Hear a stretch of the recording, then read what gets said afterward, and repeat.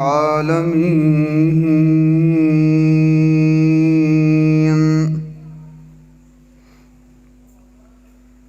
والعاقبة للمتقين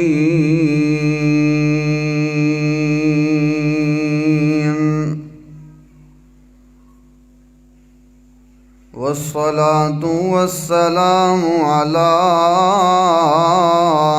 أشرف الأنبياء وإمام المرسلين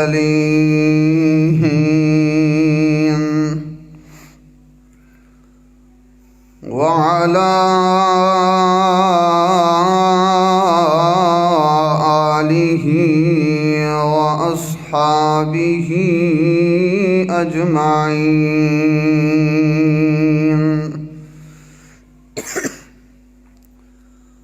أما بعد فأعوذ بالله من الشيطان الرجيم.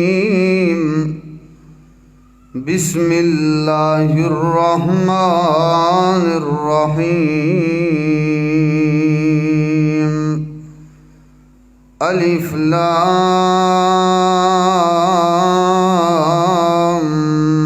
ميم ذلك الكتاب لا ريب فيه هدى للمتقين. سبحان ربك رب العزة عما يصفون وسلام على المرسلين والحمد لله رب العالمين.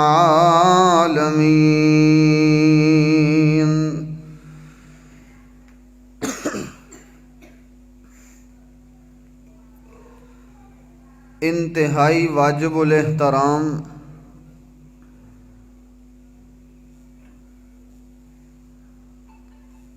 میرے دوستوں اور بزرگوں،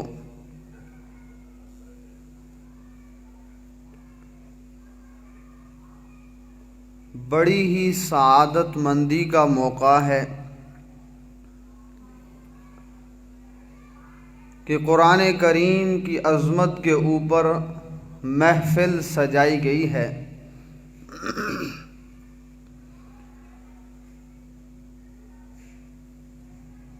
اللہ رب العزت کے محبوب پیغمبر حضرت محمد الرسول اللہ صلی اللہ تعالی علیہ وسلم کا فرمان مبارک ہے کہ جو آدمی قرآن کریم کی محفل میں آتا ہے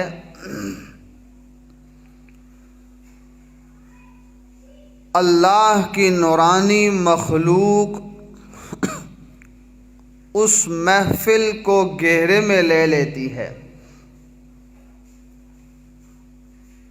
اور پھر اللہ رب العزت کی طرف سے خصوصی رحمت کا نزول ہوتا ہے، اور اللہ رب العزت کی ذات اس محفل میں شرکت کرنے والوں کے گناہوں کو معاف فرما دیتے ہیں. سعادت مندی ہے کہ نہیں؟ تھوڑی دیر سے میں دیکھ رہا ہوں قاری صاحب نے تلاوت کی ہے، آپ کے استاد جی نے بھی بہت اچھی باتیں کی ہیں. میرے کانوں میں آپ کی زبان سے سبحان اللہ کی آواز نہیں پڑی. میرے سننے میں فرق ہے یا آپ واقعی بولتے نہیں ہیں؟ کسی نے کوئی پابندی لگائی ہوئی ہے؟ نہیں ہے، پابندی بھی نہیں ہے، کوئی پیسے بھی نہیں لگتے، اس کے باوجود آپ اتنے خاموش کیوں ہیں؟ کوئی بات آپ کو سمجھ آئے نہ سمجھ تو وہاں پر کیا کہنا ہے؟ توجہ میری طرف کریں، آپ توجہ میری طرف کریں. اور یہ جو بزرگوں کے علاوہ جنہوں نے ٹیک لگائی ہے یہ ٹیک کو بھی چھوڑ دیں. جو بزرگ ہیں ان کو نہیں کہتے.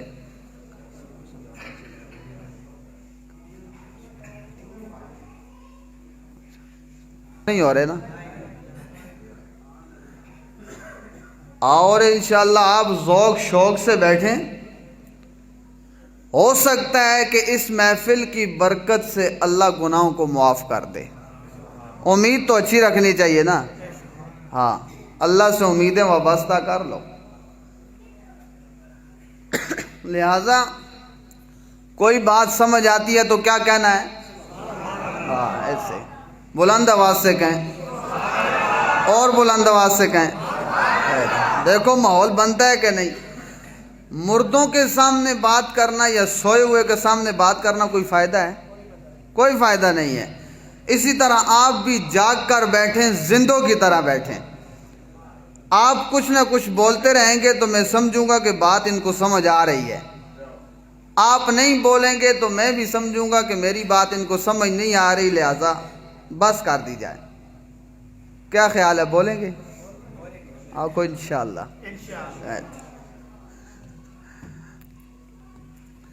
چلو بہرحال اللہ پاک سلامت رکھے سب کو. عرض کر رہا تھا کہ قرآن کریم کی محفل ہے. اللہ رب العزت کی ذات فرماتے ہیں کہ میری کتاب کے لیے محفل سجائی ہے. میرے گھر میں بیٹھ کر میرا تذکرہ کرتے ہیں تو اللہ کی ذات کا تذکرہ کیا جاتا ہے تو اللہ بدلے میں آسمانوں پر فرشتوں کی محفل میں ان لوگوں کا تذکرہ فرماتے ہیں. اللہ فرماتے ہیں تم مجھے نہیں چھوڑو گے، میں تمہیں نہیں چھوڑوں گا. تم میرے ساتھ وابستگی اختیار کرو گے، میں تمہارے لیے دنیا میں بھی عزت کی راستے آسان کر دوں گا. تمہارے لیے ہر کام کے اندر مشقت مصیبت دور کر دوں گا. راحت چین سکون امن عطا کر دوں گا. شرط کیا ہے کہ اللہ کے ساتھ رابطہ قائم رکھنا ہے. اور اللہ کے ساتھ رابطے کا سب سے ذریعہ بڑی کون سی کتاب ہے؟ قرآن. اللہ کی ذات سمجھ آتی ہے.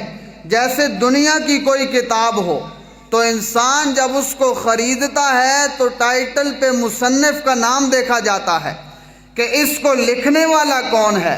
پھر جب لکھنے والے کا نام آتا ہے تو اس کے بارے میں پتہ ہو کہ یہ کیسا آدمی ہے. اسی طرح جب اس کتاب کو بندہ پڑھتا ہے تو اس سے پہلے دیکھے کہ یہ کس کی کتاب ہے. پھر جس کی کتاب ہے وہ ساری کائنات کا بادشاہ ہے کہ نہیں؟ اسی طرح بادشاہوں کا کلام کلاموں کا بادشاہ ہوتا ہے. جو ساری کائنات کا بادشاہ ہے اس کا کلام بھی سارے کلاموں کا بادشاہ ہے. کیا ہے؟ بادشاہ ہے. اللہ رب العزت کی ذات نے اتنی اعلیٰ ترین کتاب عطا کی ہے. اس کا پڑھنا بھی ثواب ہے، سننا بھی ثواب ہے، دیکھنا بھی ثواب ہے اور اس کو سمجھنا بھی ثواب ہے. اس کے مطابق عمل کرنا بھی ثواب ہے. پڑھنے پڑھانے والوں کو دیکھنا بھی ثواب ہے. ان کے ساتھ محبت کرنا یہ بھی ثواب ہے اور ان کے اوپر خرچ کرنا یہ بھی ثواب ہے. ہدایت کی کتاب ہے اللہ کا قرآن. اور انتہائی زیادہ اللہ رب العزت نے اس کتاب کے اندر اسی کتاب کا تعارف بار بار کرایا. کبھی کتاب کے بارے میں فرمایا کہ یہ نور ہے، کبھی کتاب کے بارے میں فرمایا کہ کھلم کھلا ہدایت ہے، کبھی کتاب کے بارے میں فرمایا کہ شفا ہے. اللہ کریم فرماتے ہیں قد جاءتکم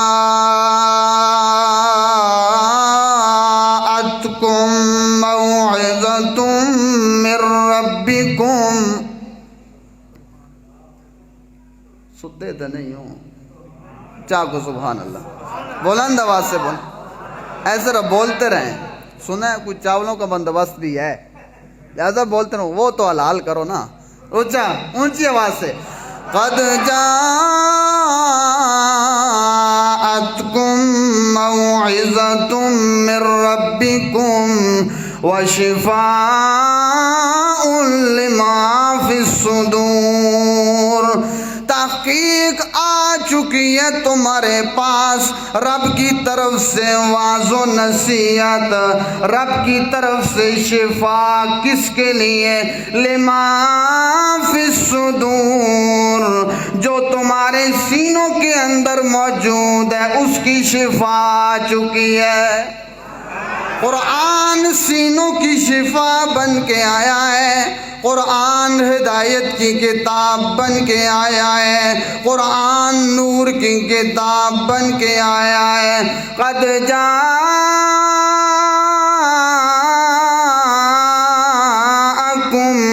برہان من ربکم وانزلنا الیکم نورا مبینا. آ چکی ہے رب کی طرف سے دلیل، رب کی طرف سے برہان، رب کی طرف سے کھلم کھلا نور.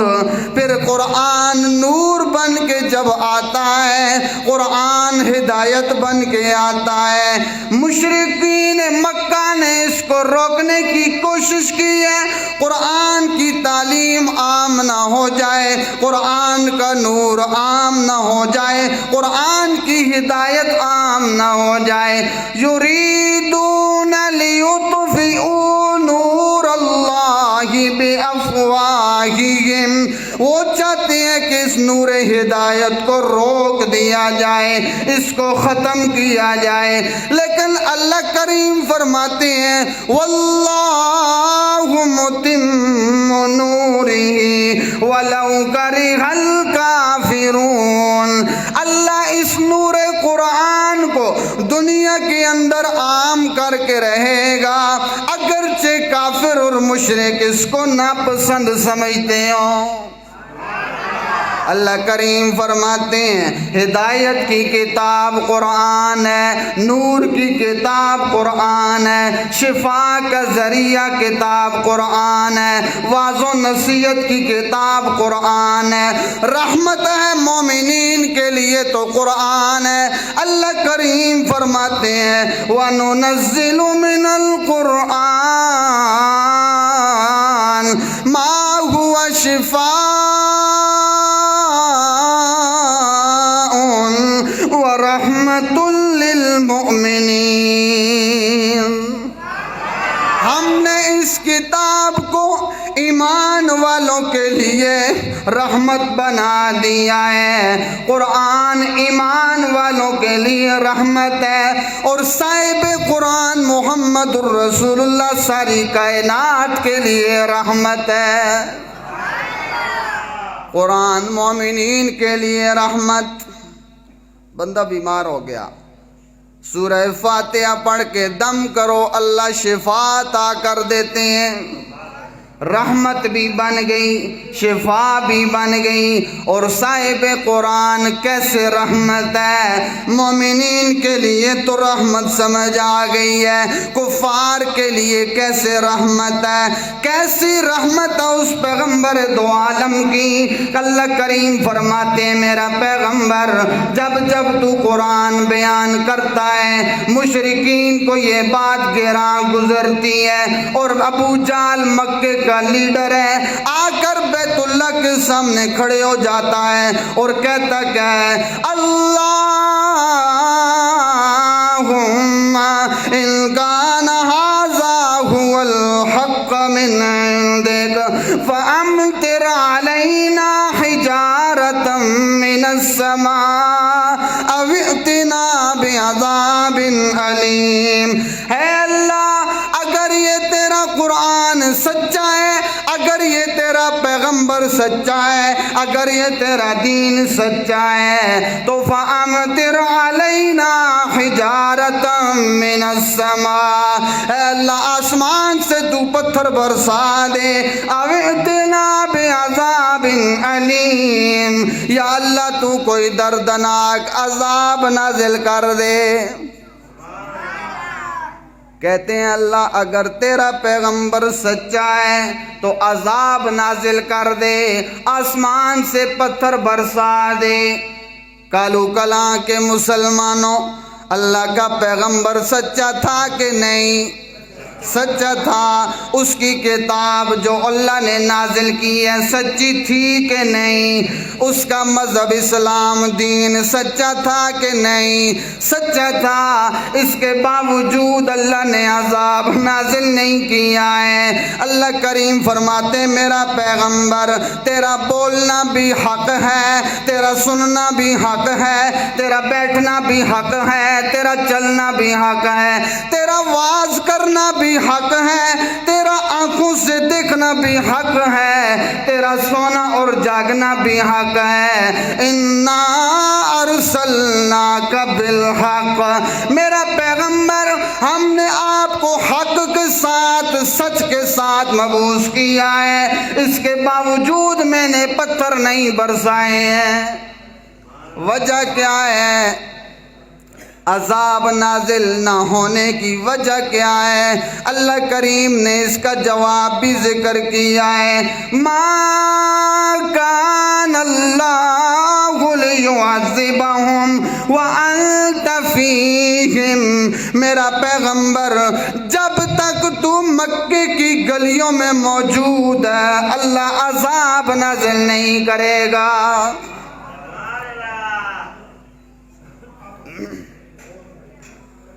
آپ توجہ میری طرف رکھیں، توجہ میری طرف کریں، ادھر ادھر دیکھنا چھوڑ دیں، مختصر بات کریں گے، لمبی بات نہیں ہوگی، جلدی کھانا انشاءاللہ ملے گا۔ اللہ کریم فرماتے ہیں قرآن رحمت کی کتاب ہے، قرآن رحمت کی کتاب ہے، اور جس ذات اقدس پہ کتاب نازل ہوئی ہے وہ بھی رحمت کا محور اور مرکز ہے، رحمت کا خزانہ ہے۔ پھر اللہ کریم نے کتاب کے بارے میں فرمایا الف لام میم ذالک الکتاب لا ریب فیہ، حروف مقطعات ہیں، اللہ اس کی معنی اور مراد کو جانتے ہیں۔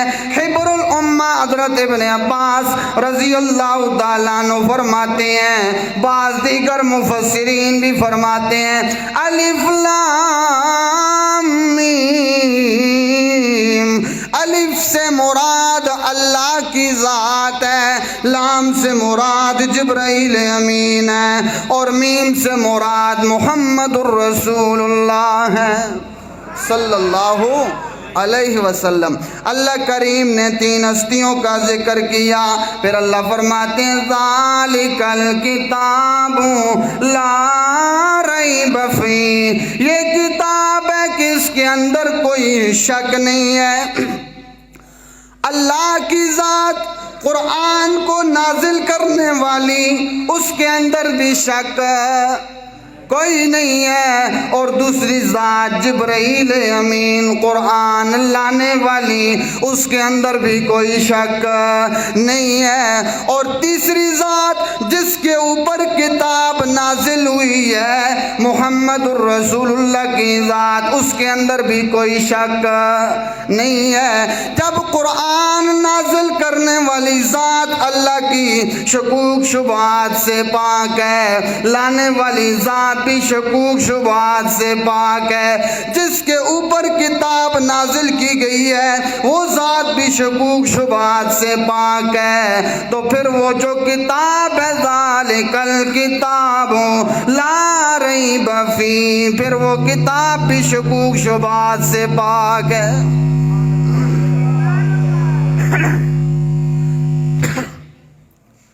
پھر وہ کتاب بھی شکوک شبہات سے پاک ہے۔ ہدایت کی کتاب قرآن ہے، رحمت کی کتاب قرآن ہے۔ اب اللہ رب العزت نے کتاب نازل کی نا، تو مشرکین اعتراض کرتے ہیں کہ یہ تو کوئی شاعرانہ کلام ہے، یہ رب کا کلام ہو نہیں سکتا، یہ تو شاعرانہ کلام ہے۔ اللہ کریم فرماتے ہیں ما علمناہ الشعر وما ينبغی لہ، میں نے اپنے پیغمبر کو شاعرانہ کلام نہیں سکھایا ہے کیونکہ یہ میرے پیغمبر کی شان کے مطابق نہیں ہے۔ کیونکہ شعر و شاعری کے اندر ہر جھوٹ سچ سب کچھ گڑ وڈ باتیں ہوتی ہیں، لیکن پیغمبر تو ایسی ذات ہے۔ اللہ کریم فرماتے ہیں ما ينطق عن الهوى ان هو الا وحی یوحی، میرا پیغمبر جب بھی بولتا ہے حق اور سچ کے ساتھ بولتا ہے، کیونکہ جب بھی بولتا ہے تو اللہ کی مرضی کے مطابق بولتا ہے۔ پھر اللہ کے محبوب پیغمبر جب قرآن سناتے ہیں، اعتراض آ گیا شاعرانہ کلام ہے، اللہ نے اس کا جواب دے دیا، پھر پیغمبر پہ اعتراض کیا کہ یہ اللہ کا رسول نہیں ہے۔ اللہ کریم نے قرآن کی قسم اٹھائی ہے، یاسین والقرآن الحکیم انک لمن المرسلین، اے میرا پیغمبر اس حکمت والے قرآن کی قسم ہے، تو میرا پیغمبر میرے رسولوں میں سے ہے۔ اللہ نے اس اعتراض کو بھی دور کر دیا۔ پھر اور اعتراض کرتے ہیں کہ یہ تو دیوانہ ہے، یہ تو مجنون ہے، دیوانہ ہے۔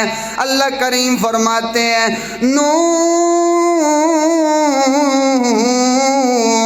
والقلم وما يسطرون ما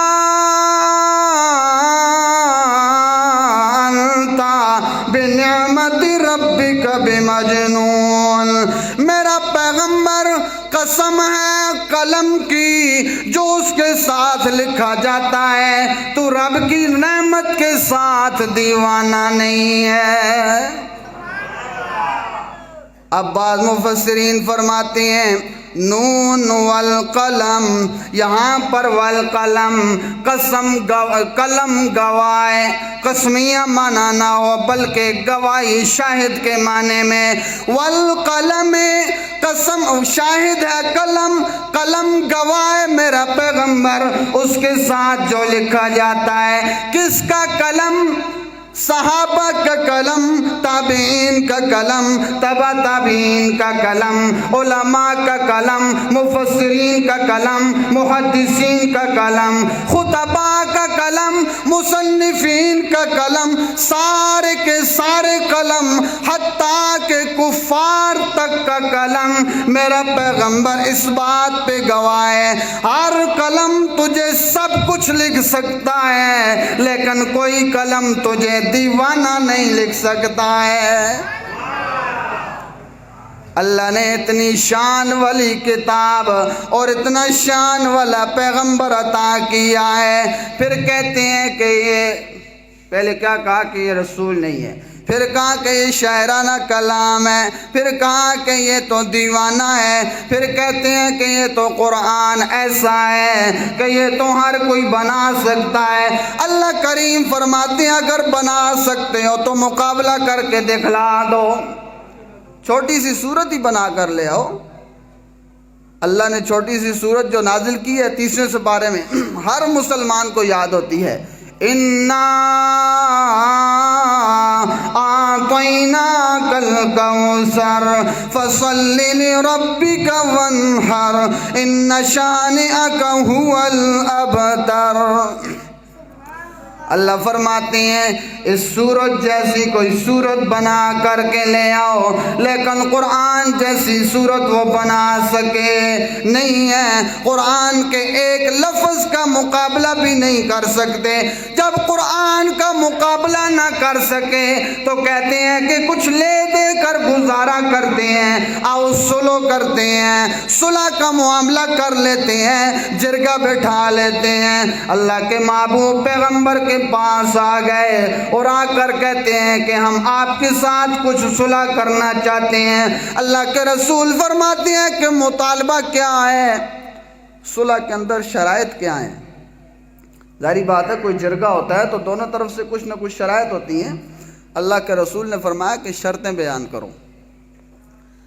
پہلی شرط بیان کرتے ہیں، ایتی بقرآن غیر ھذا، اس قرآن کے علاوہ کوئی دوسرا قرآن لے آؤ۔ کیا کہتے ہیں؟ اس قرآن کو درمیان میں سے ہٹا دو، یہ قرآن درمیان میں سے ہٹا دو، ہم تمہارے ہو جائیں گے، آپ ہمارے ہو جاؤ گے۔ فرمایا میں تو قرآن نہیں ہٹاتا ہوں، چلو قرآن نہیں، پورا قرآن نہ صحیح، تھوڑی سی ترمیم کرو اس کے اندر۔ کیا جی؟ کہنے لگے او بدل ہو، اس کے اندر تھوڑی سی تبدیلی کر دو، قرآن کے اندر تبدیلی کر دو۔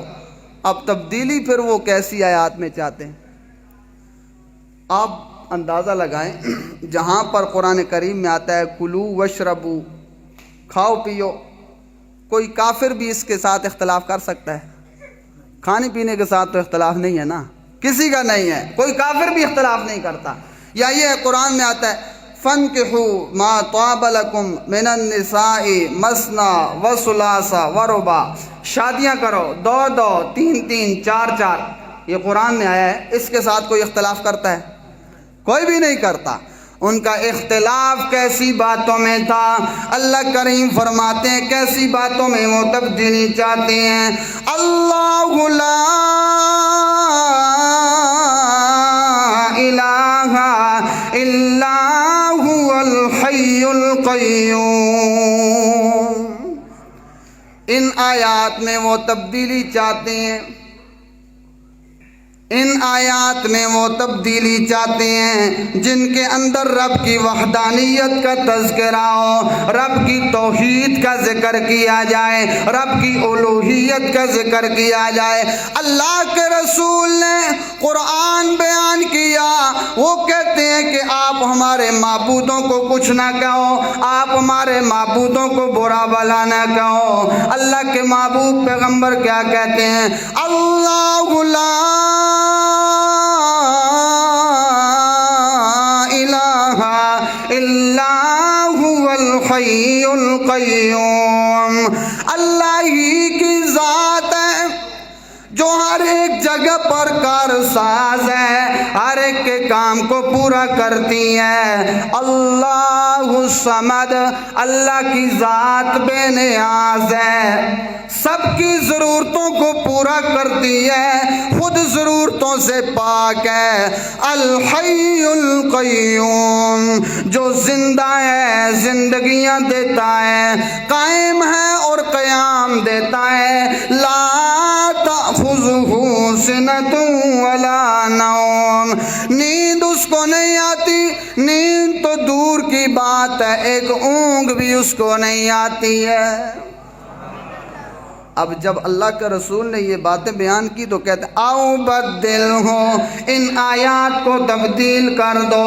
اللہ کریم کے محبوب پیغمبر کو اللہ کریم فرماتے ہیں میرا پیغمبر قل، کہہ دیجئے، آپ بیان کر دیجئے، ما یکون لی ان ابدلہ من تلقاء نفسی، میرے لیے یہ ہرگز گنجائش نہیں ہے، اس بات کی گنجائش نہیں ہے کہ میں اپنی طرف سے قرآن بنا لوں یا میں قرآن میں تبدیلی کروں، میرے لیے اس چیز کی گنجائش نہیں ہے۔ ان اتبع الا ما یوحی الی، میں تو اس چیز کی اتباع کروں گا جو مجھے رب کی طرف سے پیغام ملتا ہے۔ پھر کچھ آپ سست ہو گئے، سست ہو گئے، تھوڑا بلند آواز سے کہیں سبحان اللہ، ایسے ذرا جاگ کے بیٹھے، یا میری بات سمجھ نہیں آ رہی؟ سمجھ آ رہی ہے؟ آپ پھر بلند آواز سے کہیں سبحان اللہ۔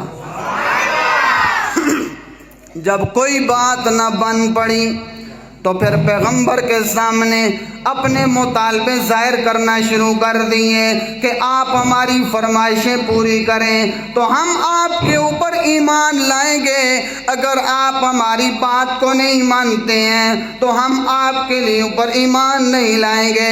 فرمایا کہ مطالبہ کیا ہے، اور مطالبہ وہ ذکر کرتے ہیں، کہنے لگے وَقَالُوا، وہ مشرکین کہتے ہیں لَن نُؤْمِنَ لَكَ حَتَّى تَفْجُرَ لَنَا مِنَ الْأَرْضِ يَنبُوعًا، ہرگز ایمان نہیں لائیں گے آپ کے اوپر یہاں تک کہ آپ مکہ کی گلیوں میں چشمے جاری کر دیں۔ مکہ کی جو تپتی ہوئی صحرا ہے اس کے اندر آپ چشمے جاری کر دیں۔ فرمایا کہ ایک تو چشمہ جاری کریں، او تکون لک جنت من نخیل، یا آپ کے پاس باغاتوں، کھجوروں اور انگوروں کے باغوں، پھر ہم آپ کی بات کو ماننے کے لیے تیار ہیں۔ فرمایا کہ وہ باغ بھی خشک نہ ہو، فَتُفَجِّرَ الْأَنْهَارَ خِلَالَهَا تَفْجِيرًا، یا تو ان باغوں کے اندر پھر نہریں بھی جاری ہوں۔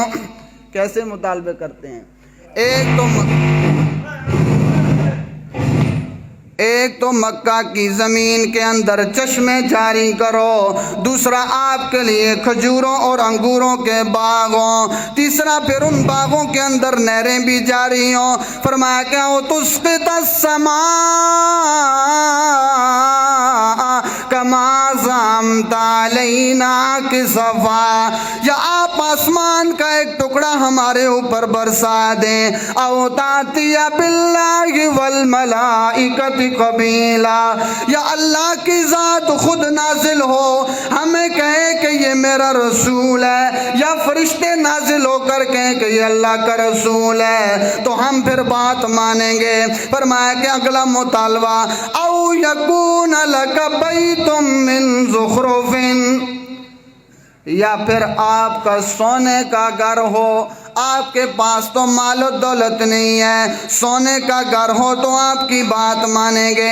او ترقی فی السماء، یا آپ آسمان پہ ہمارے سامنے چڑھ جائیں۔ فرمایا کہ وَلَن نُؤْمِنَ لِرُقِيِّكَ، آپ کا آسمان پہ چڑھ جانا ہی کافی نہیں ہے، حَتَّى تُنَزِّلَ عَلَيْنَا کتابا، یہاں تک کہ آپ ہمارے سامنے کوئی ایسی کتاب لے کر آئیں نقرأہ، جس کو ہم پڑھ لیں تو پھر آپ کی بات مانیں گے۔ اتنے زیادہ مطالبے رکھ دیے، اللہ کے رسول کو کہتے ہیں کہ یہ کام کرو تو آپ کی بات مانیں گے۔ اب اللہ رب العزت نے فرمایا قل، میرا پیغمبر کہہ دیجئے، جواب دیجئے، سبحان ربی، پاک ہے میرا پروردگار۔ اب وہ کہتے ہیں کہ یہ کام کرو تو ایمان لائیں گے، اور جواب کیا ہے؟ پاک ہے میرا پروردگار۔ سوال کچھ اور ہے، جواب کچھ اور طرح کا ہے، ایسے ہی ہے نا، پاک ہے میرا پروردگار۔ فرمایا کہ یہ کیسا جواب ہے؟ اللہ کے رسول نے فرمایا کیسا جواب ہے؟ چشمے جاری کر دینا کس کا کام ہے؟ اللہ کا کام ہے۔ باغ پیدا کر دینا کس کا کام ہے؟ ان کے اندر نہریں جاری کرنا کس کا کام ہے؟ آسمان کا ٹکڑا برسانا کس کا کام ہے؟ آسمان سے فرشتوں کو نازل کرنا کس کا کام ہے؟ آسمان سے کتاب نازل کرنا کس کا کام ہے؟ اللہ کا کام ہے۔ اگر یہ میں کام کرتا ہوں تو یہ میں اس کا شریک بنتا ہوں۔ سبحان ربی، میرا پروردگار تو شریکوں سے پاک ہے۔ فرمایا جب اللہ شریکوں سے پاک ہے، آپ کی حیثیت کیا ہے؟ فرمایا کہ حل کنت الا بشر الرسولا، میں تو ایک بشر ہوں اور رسول بنا کر بھیج دیا گیا ہوں۔ میں تو رب کی طرف سے مجھے نبوت رسالت ملی ہے اور رب کا پیغام سنانے کے لیے آیا ہوں۔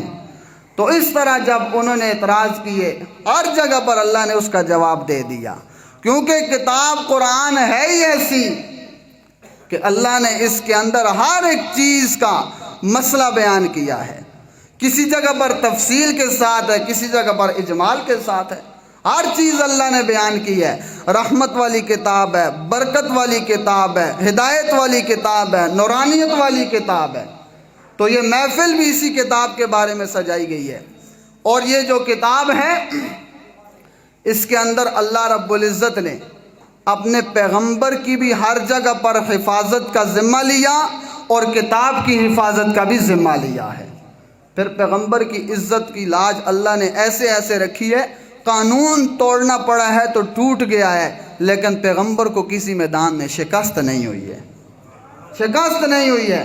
اللہ نے اس کتاب کی برکت سے ایسے لاج رکھی ہے۔ پھر جو جو کتاب کے ساتھ وابستگی رکھتا ہے، بات میرے خیال میں لمبی ہو گئی ہے، چلو بہرحال ایک چھوٹی سی بات سن لیں۔ جو بھی اس کتاب کے ساتھ وابستگی رکھتا ہے، آپ نے کئی دفعہ یہ سنا ہوگا، حضرت بلال حبشی حبشہ سے آئے ہیں، اس کتاب کے ساتھ جڑ گئے، پیغمبر کے قدموں میں آ گئے۔ جب اللہ کے رسول معراج پہ گئے، قدموں کے آہٹ کی آواز آ رہی ہے۔ فرمایا کہ کس کی آواز ہے؟ فرمایا کہ جواب میں میرا پیغمبر، یہ آپ کا وہ بلال ہے جو چلتا مکے کی گلیوں میں ہے، آواز عرش بری پہ سنائی دیتی ہے۔ یہ اس کتاب کی برکت ہے، اسی کتاب کی۔ تو آپ بھی عزم کریں کہ اس کتاب کے ساتھ جڑ کے رہیں گے، زندگی اس کتاب کے مطابق گزاریں گے۔ اور جو لوگ ہیں جو ان کی اولاد ہے، جیسے بچے نے ابھی ناظرہ مکمل کیا ہے، تو یہ اس کے لیے، اس کے والدین کے لیے، خاندان کے لیے، پورے عزیز و اقارب کے لیے، پورے محلے علاقے کے لیے رحمت کا باعث بن گیا ہے۔ اللہ نے سب سے بڑا خزانہ اس کو عطا کر دیا ہے، دنیا اور آخرت کی دولت اللہ نے عطا کر دی ہے۔ اس سے بڑی اور دولت کیا ہو سکتی ہے؟ یہی قرآن ہے جو قبر میں بھی سفارشی بن جائے گا، ڈھال بن جائے گا، قیامت میں بھی سفارشی بن جائے گا، اور جنت میں پہنچا کر بندے کو چھوڑے گا۔ جنت میں جانا چاہتے ہو؟ قرآن کے ساتھ وابستگی رکھو گے، اپنی اولاد کو قرآن کی تعلیم دلواؤ گے، اللہ تمام مسلمانوں کو عمل کی توفیق نصیب فرمائے۔ وما علینا الا